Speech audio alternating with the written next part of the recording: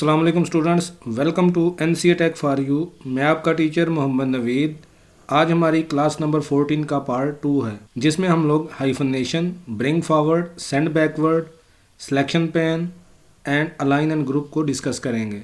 तो आइए स्टार्ट करते हैं।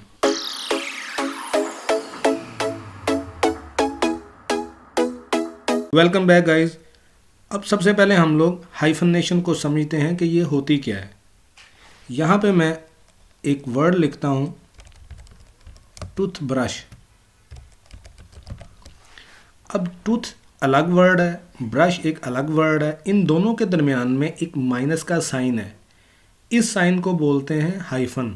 अब माइक्रोसॉफ्ट वर्ड हमें खुद से भी ये साइन एक वर्ड के दरमियान में प्रोवाइड कर देता है। हम मैनुअली भी ये साइन इंसर्ट कर सकते हैं, जैसे यहाँ पे अभी मैंने इंसर्ट किया है, और ये प्रोसेस हाइफनेशन कहलाता है। बात समझ आई गाइस कि ये जो साइन ऑटोमेटिकली इंसर्ट हो जाए या हम लोग खुद से मैनुअली इसको इंसर्ट करें, that process is called hyphenation. अब इसको वर्ड ऑटोमेटिकली किस तरीके से इंसर्ट करता है उसके बारे में देखते हैं। पहले हम लोग कुछ टेक्स्ट इंसर्ट करते हैं।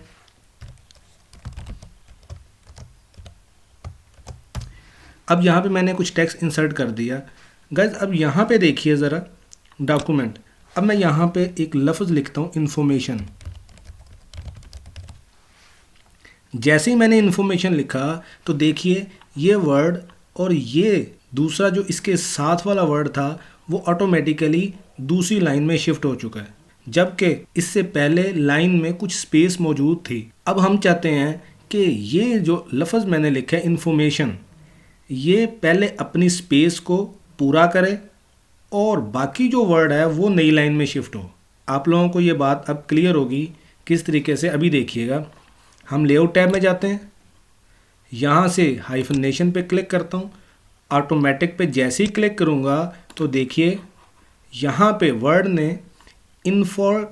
इसके फ़ौरन बाद हाइफन का साइन इंसर्ट कर दिया है और मेशन जो है वो नई लाइन में शिफ्ट हो चुका है। अब गाइज आप लोगों को ये चीज़ समझ आई कि हाइफनेशन किस मकसद के लिए इस्तेमाल होती है। चलें अब हम लोग अरेंज ग्रुप को डिस्कस करते हैं। यहाँ पे हम लोग bring forward, send backward, selection pan, align and group को डिटेल में डिस्कस करेंगे। इन सब को डिटेल में डिस्कस करने से पहले मैं कुछ पिक्चर्स इंसर्ट करता हूँ ताकि आप लोगों को ये ऑप्शंस अच्छे से क्लियर हो जाएं।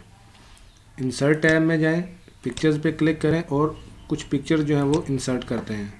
जैसे यहाँ पे मैं इस पिक्चर को क्लिक करता हूँ और इंसर्ट करता हूँ। इसको थोड़ा सा छोटा कर लेते हैं। इसी तरीके से कोई और पिक्चर इंसर्ट करते हैं।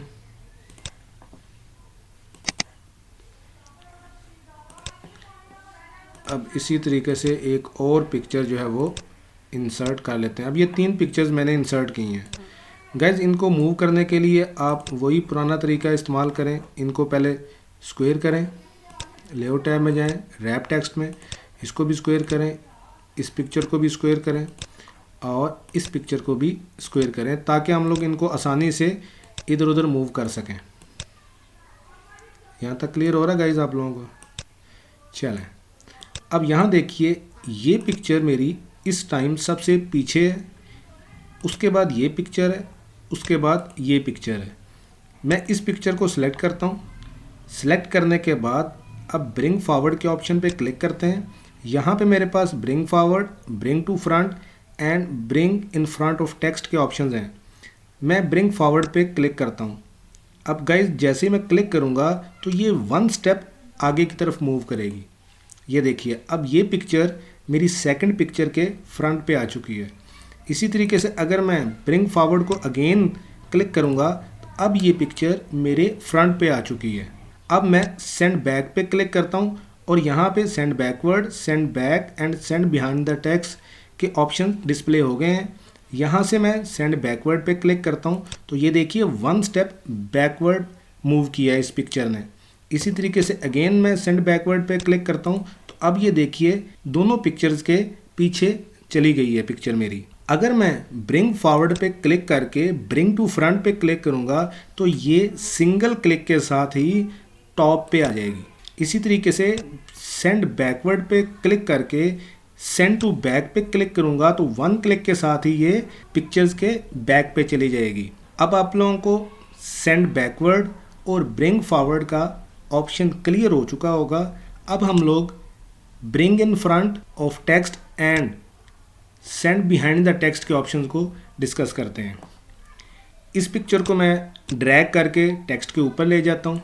यहाँ पे गाइज ब्रिंग फॉरवर्ड के ऑप्शन पे जैसे ही क्लिक करके bring in front of text पे क्लिक करूँगा तो देखिए गाइज यहाँ पे कोई एक्शन परफॉर्म नहीं होगा। ये देखिए, अगर इसी तरीके से मैं सेंड बिहाइंड द टेक्स्ट पे क्लिक करूँगा तो ये देखिए पिक्चर मेरी टेक्स्ट के पीछे भी नहीं जा रही। अब इसके लिए हमें सबसे पहले रैप टेक्स्ट पे क्लिक करके यहाँ से बिहाइंड टेक्स्ट पे क्लिक करना पड़ेगा। अब जैसे क्लिक करेंगे तो ये देखिए मेरी पिक्चर जो है वो टेक्स्ट के पीछे चले गई है। अब यहाँ से हम लोग bring in front of text करेंगे तो ये देखिए पिक्चर टेक्स्ट के ऊपर आ चुकी है।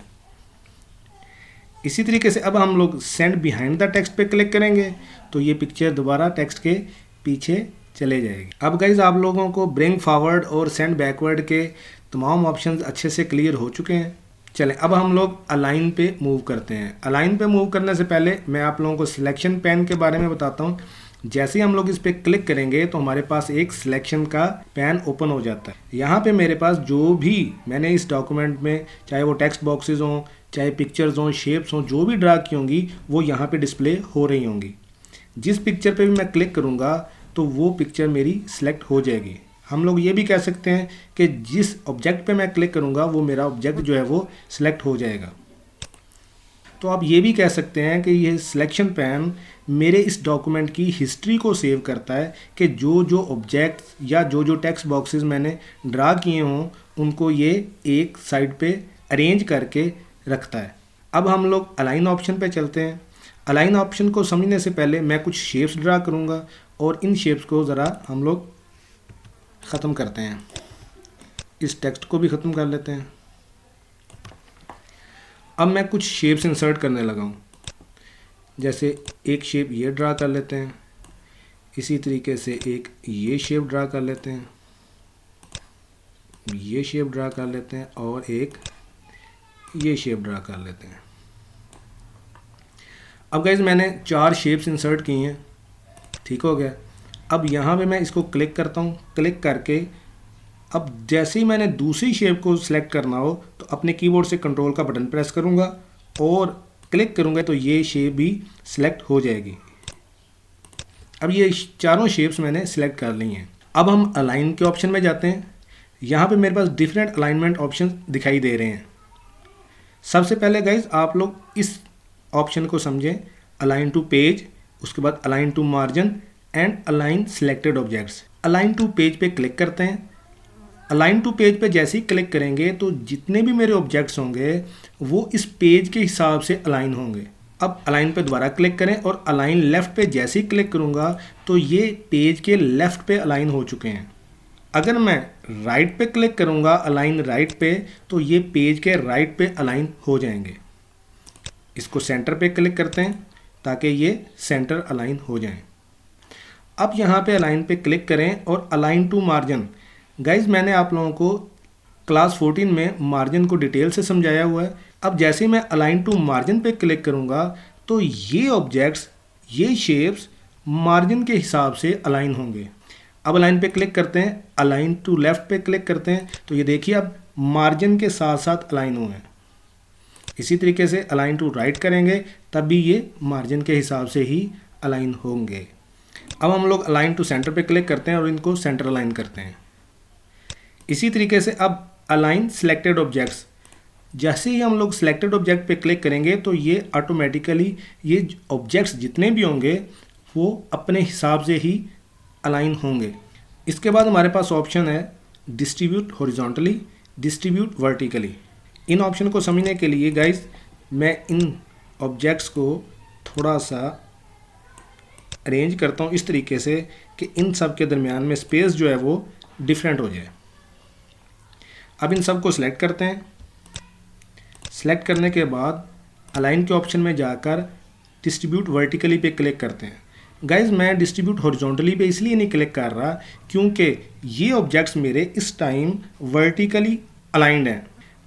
अगर मैं डिस्ट्रीब्यूट वर्टिकली पे क्लिक करूँगा तो ये देखिए चारों ऑब्जेक्ट्स के दरमियान स्पेस इक्वल हो चुकी है।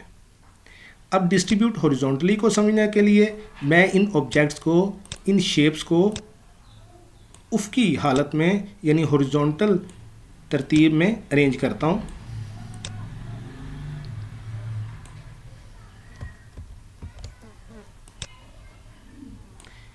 ये मैंने इनको हॉरिजॉन्टली तरतीब दी है और इन सब शेप्स के दरमियान में स्पेस जो है वो डिफरेंट की है। कंट्रोल के साथ इन सबको सिलेक्ट करते हैं। सिलेक्ट करने के बाद अलाइन पे क्लिक करें। डिस्ट्रीब्यूट हॉरिजॉन्टली पे जैसे ही क्लिक करूँगा तो ये देखिए चारों ऑब्जेक्ट्स हॉरिजॉन्टली इक्वल स्पेस के साथ डिस्ट्रीब्यूट हो चुके हैं। अब इसके बाद अगला ऑप्शन ग्रुप का है। अगर मैं इस ग्रुप के ऑप्शन पे क्लिक करूँ तो मेरे पास दो ऑप्शन हैं, ग्रुप एंड अनग्रुप।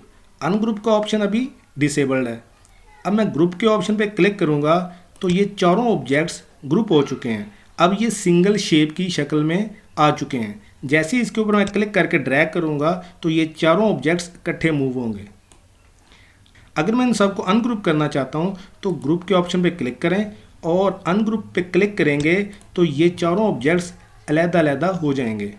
उम्मीद करता हूँ गाइज आप लोगों को bring forward, send backward, selection pan, align and group के ऑप्शंस अच्छे से क्लियर हो चुके होंगे। इंशाल्लाह ताला नेक्स्ट लेक्चर में हम लोग ब्रेक्स यानी पेज ब्रेक और सेक्शन ब्रेक को डिटेल में डिस्कस करेंगे। तब तक के लिए गाइज अल्लाह हाफिज़।